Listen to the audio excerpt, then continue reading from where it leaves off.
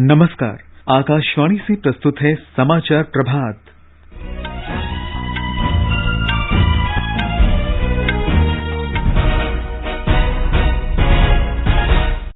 भारतीय वायुसेना आज अपनी स्थापना की 89वीं वर्षगांठ मना रही है।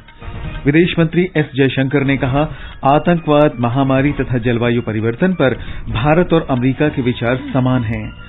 जम्मू कश्मीर के उपराज्यपाल मनोज सिन्हा ने कहा, कश्मीर में आम नागरिकों पर हाल के आतंकी हमले बर्दाश्त नहीं किए जाएंगे। उन्होंने कहा कि दोषियों को जल्द ही दंडित किया जाएगा। भारत ने कोविड टीकाकरण अभियान में 93 करोड़ का आंकड़ा पार किया। ब्रिटेन ने घोषणा की, कोविड टीके लगवा चुके भारतीय यात्रियों को सोमवार से ब्रिटेन आने पर 10 दिन तक अनिवार्य रूप से क्वारंटीन नहीं रहना पड़ेगा। उपन्यासकार अब्दुल रज्जाक गुरनाह को साहित्य का नोबेल पुरस्कार। प्रधानमंत्री नरेंद्र मोदी को मिले उपहारों और स्मृति चिन्हों की ई नीलामी में ओलंपिक स्वर्ण पदक विजेता नीरज चोपड़ा के ज्वेलिन के लिए 1.5 करोड़ रुपए की सर्वोच्च बोली लगाई गई। अंशु मलिक विश्व कुश्ती चैंपियनशिप में रजत पदक जीतने वाली पहली भारतीय महिला बनी। और आईपीएल क्रिकेट में कोलकाता नाइट राइडर्स ने शारजाह में राजस्थान रॉयल्स को 86 रन से करारी शिकस्त दी। समाचार प्रभात में नईम अख्तर के साथ मैं निखिल कुमार। देश भर में 18 वर्ष से अधिक आयु वर्ग के लिए सरकारी केंद्रों में निःशुल्क कोविड टीकाकरण अभियान जारी है। युवाओं से आग्रह है कि टीका जरूर लगवाएं और अन्य लोगों को भी इसके लिए प्रोत्साहित करें। जब तक आवश्यक न हो, घर से बाहर न निकलें और सुरक्षा के 3 सरल उपायों का पालन करें। मास्क लगाएं, 2 गज की सुरक्षित दूरी बनाए रखें, हाथ और चेहरा साफ रखें। कोविड संबंधी जानकारी और मार्गदर्शन के लिए राष्ट्रीय हेल्पलाइन नंबर 011123978046 और 1075 पर संपर्क करें। और अब समाचार विस्तार से। भारतीय वायुसेना आज अपनी स्थापना की 89वीं वर्षगांठ मना रही है। पिछले 8 दशकों में भारतीय वायुसेना ने तकनीकी विकास किया है और राष्ट्र के समक्ष किसी भी खतरे का मुकाबला करने के लिए पर्याप्त शक्तियां हासिल की हैं। ये भारतीय आकाश की रक्षा करने के प्रति संकल्पबद्ध रही है और इसने प्राकृतिक आपदाओं के समय भी देश के लोगों की सहायता करने में महत्वपूर्ण भूमिका निभाई है। इस अवसर पर परंपरागत रूप से गाजियाबाद स्थित वायुसेना केंद्र हिंडन में विभिन्न विमानों द्वारा शानदार हवाई प्रदर्शन और परेड तथा अलंकरण समारोह आयोजित किए जा रहे हैं। वायुसेना अध्यक्ष air chief marshal Vivek Ram Chaudhari parade का निरीक्षण करेंगे। इस समारोह में कई गणमान्य व्यक्ति और विशिष्ट व्यक्ति हिस्सा लेंगे। हवाई प्रदर्शन में धरोहर विमान, आधुनिक विमान परिवहन और अग्रिम पंक्ति के लड़ाकू विमान हिस्सा लेंगे। समारोह का समापन मंत्रमुग्ध कर देने वाली हवाई कलाबाजी के साथ होगा। विदेश मंत्री एस जयशंकर ने कहा है कि आतंकवाद, कोविड महामारी और जलवायु परिवर्तन जैसी बड़ी चुनौतियों पर भारत और अमेरिका के विचार एक समान हैं। डॉक्टर जयशंकर ने कहा कि दोनों देश वैश्विक चुनौतियों पर साथ मिलकर काम कर रहे हैं और मानव जाति के साझा हित के लिए भी समर्पित हैं। On many of the big challenges of the day, terrorism, pandemics or climate change, our thinking is along parallel paths. We not only work together on global issues, but are dedicated to the well-being of the global commons. That provides the basis for coordinated action. When polities have strong convergences, their economic energies tend to find partners much more readily. Both India-US relations and the Quad speak of a newer and more collaborative era of our times. We are seeing value in each other more clearly and with less constraints. Shri Jaishankar कल America Bharat व्यापार परिषद के India ideas सम्मेलन और 4वीं वार्षिक बैठक को संबोधित कर रहे थे। उन्होंने कहा कि दोनों देश अपने संबंधों को और सुदृढ़ करने पर ध्यान दे रहे हैं। डॉक्टर जयशंकर ने कहा कि भारत अमेरिका जलवायु और स्वच्छ ऊर्जा एजेंडा भागीदारी के जरिए जलवायु परिवर्तन की समस्या से निपटा जा रहा है। With COP26 around the corner, India, as the only G20 nation in line to meet its Paris commitments, made the case for our sustainable future. The most pressing challenge, that of COVID, has been met through a Quad initiative which taps into the strengths of each of the participants. The climate action concern is addressed, amongst others, through the US-India Climate and Clean Energy Agenda 2030 partnership. Jammu Kashmir के उपराज्यपाल मनोज सिन्हा ने कहा है कि कश्मीर में आम नागरिकों पर आतंकी हमले किसी भी हाल में बर्दाश्त नहीं किए जाएंगे। उन्होंने कहा कि इन हमलों के दोषियों को जल्द से जल्द सजा दी जाएगी। पिछले 4 दिन में घाटी में आतंकी हमलों में 5 लोगों की हत्या की गई है। उपराज्यपाल ने मृतकों के परिवारों के प्रति संवेदना व्यक्त की है। उन्होंने कहा कि केंद्र शासित प्रदेश, प्रशासन और पूरा देश दुख की इस घड़ी में पीड़ित परिवारों के साथ है। उपराज्यपाल ने कहा कि प्रशासन ने मानवता के इन दुश्मनों की सफाई के लिए सुरक्षा एजेंसियों को खुली छूट दी है। तैयारियां हमारी पूरी हैं और सुरक्षा एजेंसियों को पूरी आजादी दी गई है कि कोई परहेज करने की जरूरत नहीं है। ऐसे लोगों के खिलाफ जितनी सख्त कार्रवाई करनी है वो तुरंत की जानी चाहिए। लेकिन संभावित खतरों के अनुरूप रणनीति बनाई जा रही है कि इस तरह की घटना अब आगे न हो। और जिन लोगों ने घटना की है, मैं समझता हूं कि जल्द ही वो आप सबके सामने होंगे और परिणाम आप देखेंगे। उपराज्यपाल ने कहा कि जम्मू कश्मीर में पिछले 2 वर्ष से शांति और प्रगति का माहौल पड़ोसी देश और उसके आतंकी समर्थकों को रास नहीं आ रहा है। उस पार बैठे लोगों को यहाँ जो आतंकवाद बढ़ाना चाहते हैं, उनको जब ये सूचना मिलती है कि टूरिस्ट इन्फ्लक्स बढ़ रहा है, इंडस्ट्रियल इन्वेस्टमेंट यहाँ आने वाला है, तो निश्चित रूप से उसमें व्यवधान पैदा करने की एक सोची समझी साजिश है और इस साजिश को नस्तनाबूद करना होगा। इस पूरे इकोसिस्टम को ही समाप्त करने का हर पुरजोर प्रयास किया जाएगा। यहाँ जो आपस में प्रेम और मोहब्बत है, ये चिन्हित करके ऐसे निर्दोष लोगों को मारना ताकि इस तरह की भावना यहाँ पैदा हो और वो अपनी कोशिशों में कामयाब न हो, इसकी हर पुरजोर कोशिश की जाएगी। देश में कोविड टीकाकरण का आंकड़ा 93 करोड़ पार कर चुका है। स्वास्थ्य मंत्रालय ने बताया कि अब तक 93 करोड़ 11 लाख से अधिक टीके लगाए जा चुके हैं। कल 45,54,000 से अधिक टीके लगाए गए। महाराष्ट्र में आज से कोविड टीकाकरण का विशेष अभियान चलाया जा रहा है। इसके अंतर्गत अगले 7 दिन में प्रतिदिन 15 लाख लोगों को कोविड रोधी टीके लगाए जाएंगे। राज्य के स्वास्थ्य मंत्री राजेश टोपे ने बताया कि टीकाकरण के लिए चलाया जा रहा कवच मंडल मिशन 14 अक्टूबर तक जारी रहेगा। ये मिशन 15 तारीख को दशहरे तक 1 अरब टीकाकरण के केंद्र सरकार के लक्ष्य के अनुरूप चलाया जा रहा है। केंद्रीय स्वास्थ्य मंत्री मनसुख मांडविया ने कहा है कि कोविड रोधी टीकाकरण में 1 अरब के लक्ष्य तक पहुंचने में महाराष्ट्र महत्वपूर्ण भूमिका निभाएगा। सरकार ने लोगों से आग्रह किया है कि त्योहारों और शादी के मौसम में कोविड चुनौतियों को देखते हुए भीड़ भरे स्थानों से बचें और अनावश्यक यात्रा न करें। स्वास्थ्य मंत्रालय में संयुक्त सचिव लव अग्रवाल ने लोगों से अपील की कि घर में रहें और सुरक्षा उपायों का पालन करें। क्या हम अपनी सेलिब्रेशन को ऑनलाइन शिफ्ट कर सकते हैं? हम आपसे रिक्वेस्ट करेंगे, बहुत सारी ऑप्शंस हमारे सामने अवेलेबल हैं। अगर दुर्गा पूजा भी है, क्या हम उसको वर्चुअली अटेंड कर सकते हैं? क्या हमारी रामलीला ऑनलाइन हो सकती है? क्या हम वीडियो कॉल के द्वारा अपने लव्ड वन से बात कर सकते हैं ताकि वह भी सेफ रहें और हम भी सेफ रहें और हमारे घर के बुजुर्ग भी, सभी लोग सेफ रह सकें? जरूरी है कि हम अपने आप को बचाएं और हम अपने लव्ड वंस को बचाएं। श्री अग्रवाल ने कहा कि देश में कोरोना संक्रमण में कमी के बावजूद प्रतिदिन लगभग 20,000 लोग संक्रमित हो रहे हैं। पिछले सप्ताह कुल संक्रमित लोगों में से 50% केरल से हैं। कोविड की दूसरी लहर के दौरान साप्ताहिक संक्रमण दर 21.48% थी, जो इस समय कम होकर 1.68% रह गई है। प्रधानमंत्री नरेंद्र मोदी ने कहा है कि हर राज्य में एम्स स्थापित करने का काम किया जा रहा है। प्रधानमंत्री ने कल उत्तराखंड के ऋषिकेश में अखिल भारतीय आयुर्विज्ञान संस्थान में 35 राज्यों और केंद्र शासित प्रदेशों में पीएम केयर्स फंड से बने 35 PSA ऑक्सीजन संयंत्र राष्ट्र को समर्पित करने के अवसर पर ये बात कही। 6-7 वर्ष पहले तक सिर्फ कुछ राज्यों तक ही एम्स की सुविधा थी।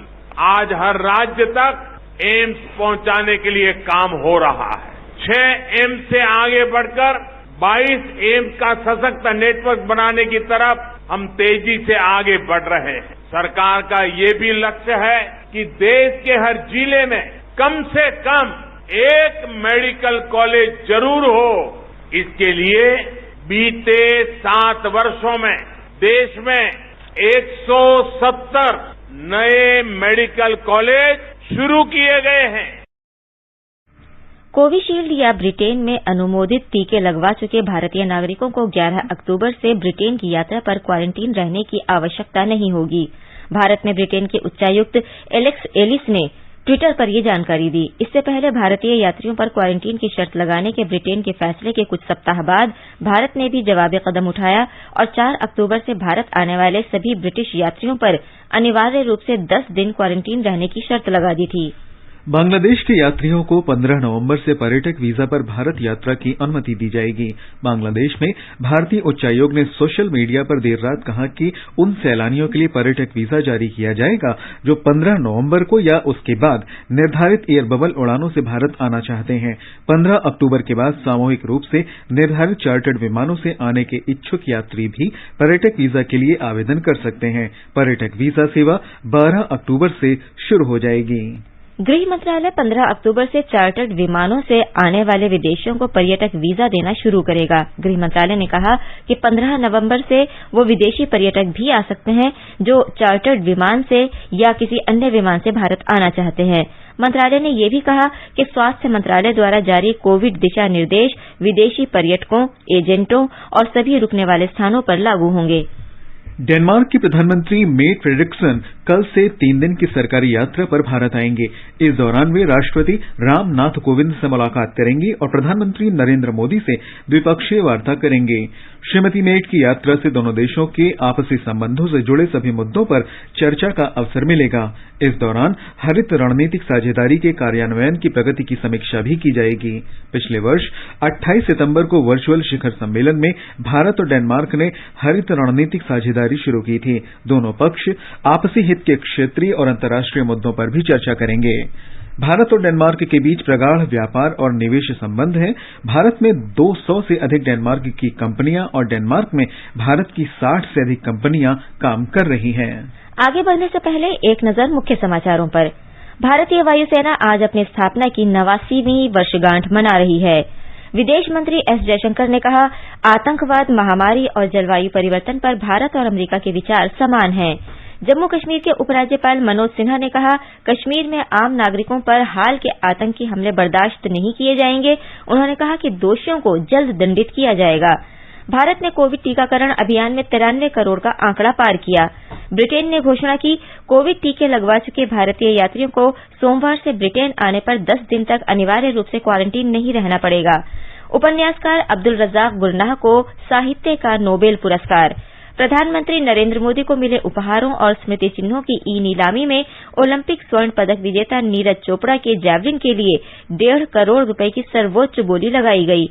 अंशु मलिक विश्व कुश्ती चैंपियनशिप में रजत पदक जीतने वाली पहली भारतीय महिला बनी। और आईपीएल क्रिकेट में कोलकाता नाइट राइडर्स ने शारजाह में राजस्थान रॉयल्स को 86 रन से करारी शिकस्त दी। साहित्य का नोबेल पुरस्कार तंजानिया के उपन्यासकार अब्दुल रज्जाक गुरनाह को देने की घोषणा की गई है। अब्दुल रज्जाक को उपनिवेशवाद के प्रभावों और संस्कृतियों तथा महाद्वीपों के बीच शरणार्थियों की स्थिति के करुणामय चित्रण पर सम्मानित किया गया है। उनके उपन्यासों में शरणार्थियों का मार्मिक वर्णन मिलता है। अब्दुल रज्जाक गुरनाह का जन्म 1948 में तंजानिया के जंजीबार में हुआ था, लेकिन 1960 के दशक के अंत में एक शरणार्थी के रूप में वो इंग्लैंड पहुंचे। गुरनाह के चौथे उपन्यास पैराडाइज ने उन्हें लेखक के रूप में पहचान दिलाई। उन्होंने 1990 के आसपास पूर्वी अफ्रीका की शोध यात्रा के दौरान ये उपन्यास लिखा। ये एक दुखद प्रेम कहानी है जिसमें दुनिया और मान्यताएं एक दूसरे से टकराते हैं। अब्दुल रज्जाक गुरनाह के 10 उपन्यास और कई लघु कथाएं प्रकाशित हुई हैं। प्रधानमंत्री नरेंद्र मोदी को मिले उपहारों और स्मृति चिन्हों की ई नीलामी में ओलंपिक स्वर्ण पदक विजेता नीरज चोपड़ा की जैवलिन के लिए 1.5 करोड़ रुपए की सबसे अधिक बोली लगाई गई। ई नीलामी का तीसरा दौर 17 सितंबर से 7 अक्टूबर तक चला। इससे मिली राशि नमामि गंगे मिशन को सौंपी जाएगी। श्री नरेंद्र मोदी देश के पहले प्रधानमंत्री हैं जिन्होंने अपने उपहारों की ई नीलामी गंगा नदी के संरक्षण और पुनरुद्धार के लिए की है। नीलामी के तीसरे दौर में कुल 1348 उपहार शामिल किए गए थे। बड़ी संख्या में लोगों ने इसमें रुचि दिखाई। केंद्रीय मंत्री पीयूष गोयल ने कहा है कि कौशल विकास सरकार की सभी योजनाओं का केंद्र बिंदु रहेगा। उन्होंने कहा कि सरकार औद्योगिक, टेक्सटाइल और ऑटोमोबाइल पार्कों में अधिक से अधिक संसाधन लगा रही है और ऐसे प्रत्येक पार्क में संबंधित कौशल विकास संस्थान होना चाहिए।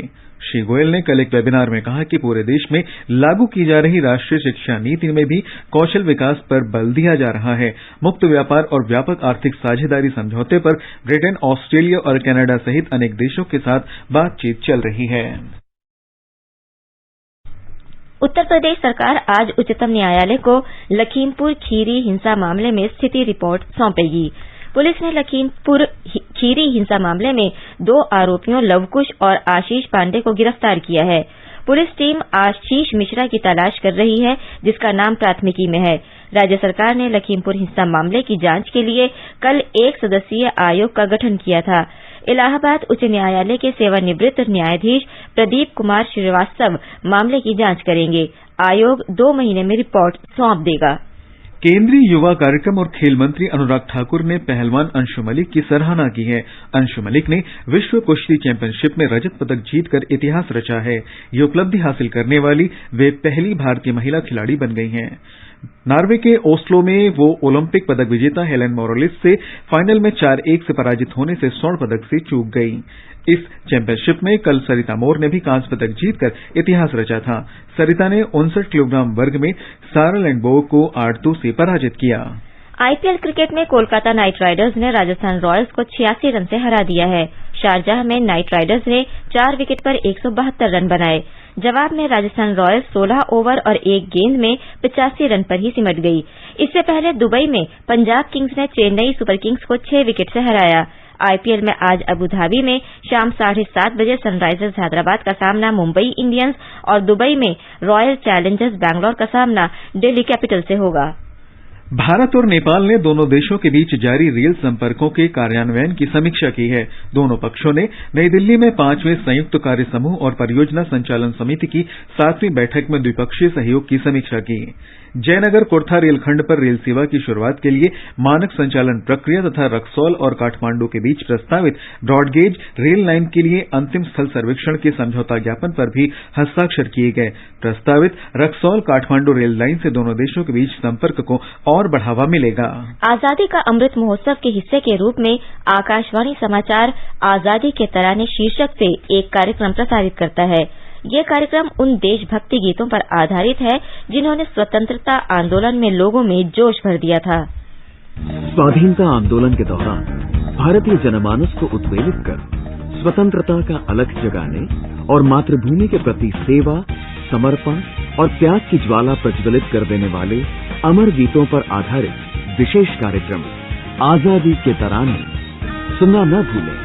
FM गोल्ड 100.1 मेगाहर्ट्ज पर प्रत्येक शुक्रवार शाम 4:45 पर परिक्रमा कार्यक्रम के अंतर्गत आजादी के तराने सिर्फ आकाशवाणी पर। आजादी का अमृत महोत्सव के अंतर्गत आइए अब सुनते हैं आकाशवाणी की विशेष प्रस्तुति आजादी का सफर। आजादी का अमृत महोत्सव।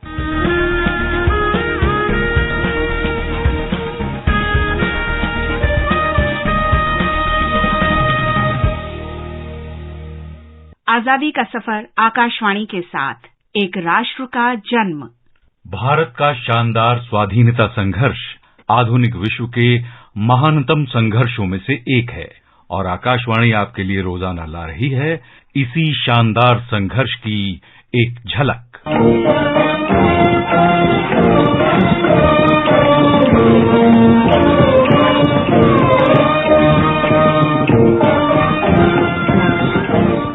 आज ही यानी 8 अक्टूबर के दिन महान स्वाधीनता सेनानी, क्रांतिकारी और आंदोलनकारी जयप्रकाश नारायण ने अंतिम सांस ली थी। भारत छोड़ो आंदोलन के अमर सेनानी जयप्रकाश नारायण को दुनिया जेपी के नाम से भी जानती है। कहा जाता है कि मौलाना अबुल कलाम आजाद की अपील ने जेपी को ऐसा प्रेरित किया कि वो स्वाधीनता आंदोलन में कूद पड़े। कलाम ने कहा था, तूफान से पहले पतंग की तरह आसमान में उड़ जाओ। स्वाधीनता आंदोलन के दौरान मौलाना आजाद ने छात्रों से अंग्रेजी शिक्षा छोड़ने की अपील की थी। इससे प्रभावित जेपी ने पटना कॉलेज की पढ़ाई छोड़ दी, जबकि सिर्फ 20 दिन बाद ही परीक्षा होनी थी। इसके बाद जेपी ने बिहार विद्यापीठ में दाखिला ले लिया, जिसे कांग्रेस चला रही थी। इसके बाद उच्च शिक्षा के लिए जेपी अमेरिका चले गए। वहां उन्हें कॉलेज की फीस भरने के लिए कई तरह के काम करने पड़े। इसके कारण कामकाजी वर्ग के प्रति उनके मन में लगाव विकसित हुआ और वो जीवन भर उनसे जुड़े रहे। लोक नायक के नाम से विख्यात जेपी 1929 में भारत लौटे। यहाँ लौटते ही वो स्वाधीनता आंदोलन में कूद पड़े। भारत में जारी शोषण और दूसरे विश्व युद्ध के लिए सैनिकों की भर्ती का उन्होंने विरोध किया और अंग्रेज सरकार को उखाड़ फेंकने की अपील की। इस वजह से उन्हें 9 महीने की जेल की सजा हुई। रिहाई के बाद उन्होंने महात्मा गांधी और सुभाष चंद्र बोस से मुलाकात की। पंडित जवाहरलाल नेहरू के निमंत्रण पर जेपी कांग्रेस में शामिल हो गए। जेपी कांग्रेस सोशलिस्ट पार्टी के सदस्य भी थे, जिसने भूमिगत रूप से भारत को ब्रिटिश शासन से स्वतंत्र कराने का अभियान चलाया। जेपी ने 1942 के भारत छोड़ो आंदोलन का तब नेतृत्व किया जब सभी वरिष्ठ नेता गिरफ्तार कर लिए गए थे। इंडिया डिफेंस एक्ट के तहत उन्हें गिरफ्तार कर लिया गया। ये ऐसा कानून था जिसमें मुकदमा चलाना जरूरी नहीं था। उन्हें हजारीबाग सेंट्रल जेल में रखा गया। उनके साथी कैदियों ने जेल से फरार होने की योजना बनाई और शीघ्र ही नवंबर 1942 में दिवाली के दिन उन्हें इसका मौका मिल गया, जब बड़ी संख्या में सुरक्षा गार्ड छुट्टी पर चले गए थे। जेल से फरार होने के साहसिक कारनामे के कारण जेपी लोकनायक बन गए। लगभग 1 साल बाद 18 सितंबर 1943 को उन्हें तब गिरफ्तार किया गया जब वो खान अब्दुल गफ्फार खान से मिलने रावलपिंडी जा रहे थे। जेपी को लाहौर के किले में ले जाया गया, जो कि यातना चैम्बर के रूप में कुख्यात था। 16 महीने तक उन्हें तरह तरह की यातनाएं दी गईं। पहले महीने उन्हें अकेली कोठरी में रखा गया। जनवरी 1945 में जेपी को लाहौर किले से आगरा जेल भेज दिया गया। जब अंग्रेजों से बातचीत के लिए महात्मा गांधी ने राम मनोहर लोहिया और जयप्रकाश की बगैर शर्त रिहाई पर जोर दिया, तो अंग्रेज सरकार ने 12 अप्रैल 1946 को उन्हें रिहा कर दिया। ऊंच नीच पर आधारित जाति प्रथा को खत्म किया जाए। अब समय आ गया है, इस कलंक को मिटा दें और भाईचारे और समानता को अपना आदर्श बनाएं और अपने जीवन में उतारें। इसी तरह शादी, जन्म, मृत्यु से जुड़े हुए भी कुछ और बुरे रिवाज हैं। संपूर्ण क्रांति के द्वारा इन्हें भी खत्म किया जाना चाहिए। 8 अक्टूबर 1979 को जेपी ने पटना में अंतिम सांस ली। उन्होंने अपना पूरा जीवन महात्मा गांधी के आदर्श पूर्ण स्वराज के लिए समर्पित कर दिया था। आज बस इतना ही। इसी के साथ आजादी का सफर आकाशवाणी के साथ श्रृंखला का ये अंक समाप्त हुआ। कल फिर मिलेंगे एक नई कड़ी के साथ।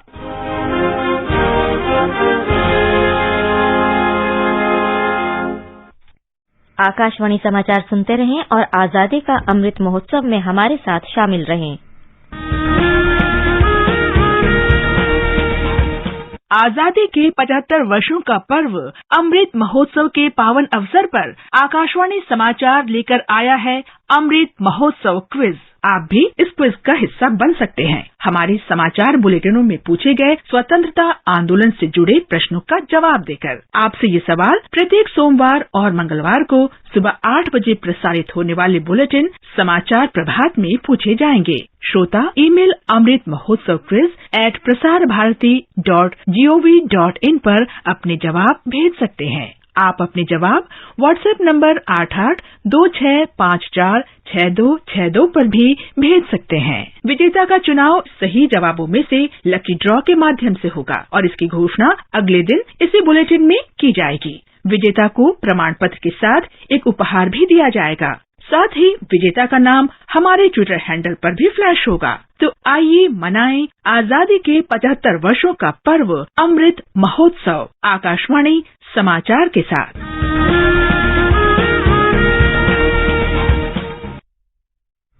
अब एक नजर आज के मौसम पर। सबसे पहले देश के 4 महानगरों के मौसम का हाल। राजधानी दिल्ली में मौसम साफ रहेगा, वहीं मुंबई, चेन्नई और कोलकाता में गरज के साथ बारिश होने की संभावना है। तापमान 23 से 35 डिग्री सेल्सियस के बीच रहेगा। उत्तर भारत में श्रीनगर, जम्मू, गिलगित और मुजफ्फराबाद में आसमान साफ रहेगा। लेह में बादल छाए रहने की संभावना है। इन स्थानों में तापमान 2 से 34 डिग्री सेल्सियस के बीच रहने का अनुमान है।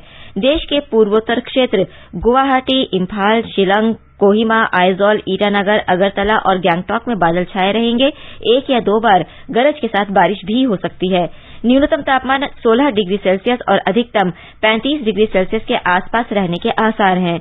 दक्षिण भारत के विशाखापट्टनम, हैदराबाद, बेंगलुरु, तिरुवनंतपुरम और पुद्दुचेरी में सामान्य रूप से बादल छाए रहेंगे। 1 या 2 बार गरज के साथ बूंदाबांदी हो सकती है। ये समाचार हमारी वेबसाइट newsonair.gov.in/hindi पर भी उपलब्ध हैं। नईम, बताएं कि आज के समाचार पत्रों में क्या खास है। जी निखिल, देश के हर जिले में मेडिकल कॉलेज खोलना सरकार का लक्ष्य। उत्तराखंड के ऋषिकेश से प्रधानमंत्री नरेंद्र मोदी का ये बयान हिंदुस्तान की बड़ी सुर्खी है।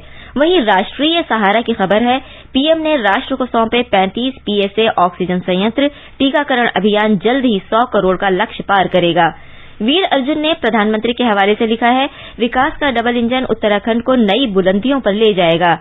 ब्रिटेन जाने वाले भारतीयों को अब नहीं रहना होगा क्वारंटीन, पंजाब केसरी के पहले पन्ने पर है। स्वास्थ्य मंत्रालय ने किया आगाह, त्योहारों के दौरान बढ़ सकता है कोरोना, 3 महीने रहें सतर्क।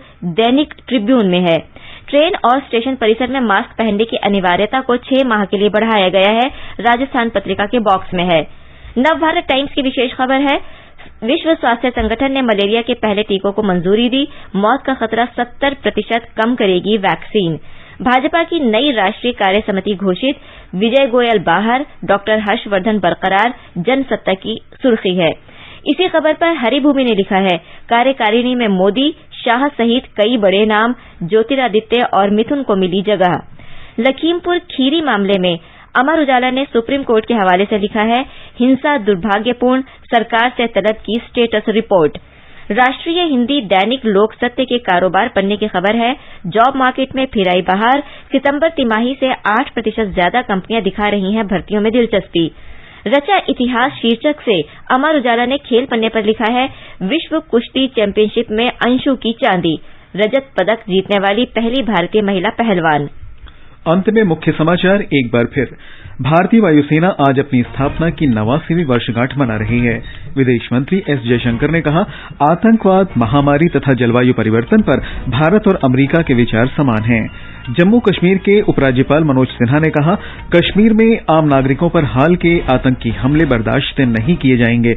उन्होंने कहा कि दोषियों को जल्द ही दंडित किया जाएगा। भारत ने कोविड टीकाकरण अभियान में 93 करोड़ का आंकड़ा पार किया। ब्रिटेन ने घोषणा की कि कोविड टीके लगवा चुके भारतीय यात्रियों को सोमवार से ब्रिटेन आने पर 10 दिन तक अनिवार्य रूप से क्वारंटीन नहीं रहना पड़ेगा। उपन्यासकार अब्दुल रज्जाक गुरनाह को साहित्य का नोबेल पुरस्कार। प्रधानमंत्री नरेंद्र मोदी को मिले उपहारों और स्मृति चिन्हों की ई-नीलामी में ओलंपिक स्वर्ण पदक विजेता नीरज चोपड़ा के जेवलिन के लिए 1.5 करोड़ रुपए की सर्वोच्च बोली लगाई गई। अंशु मलिक विश्व कुश्ती चैंपियनशिप में रजत पदक जीतने वाली पहली भारतीय महिला बनी है। और आईपीएल क्रिकेट में कोलकाता नाइट राइडर्स ने शारजाह में राजस्थान रॉयल्स को 86 रन से करारी शिकस्त दी है। इसके साथ ही समाचार प्रभात का ये अंक समाप्त हुआ। नमस्कार।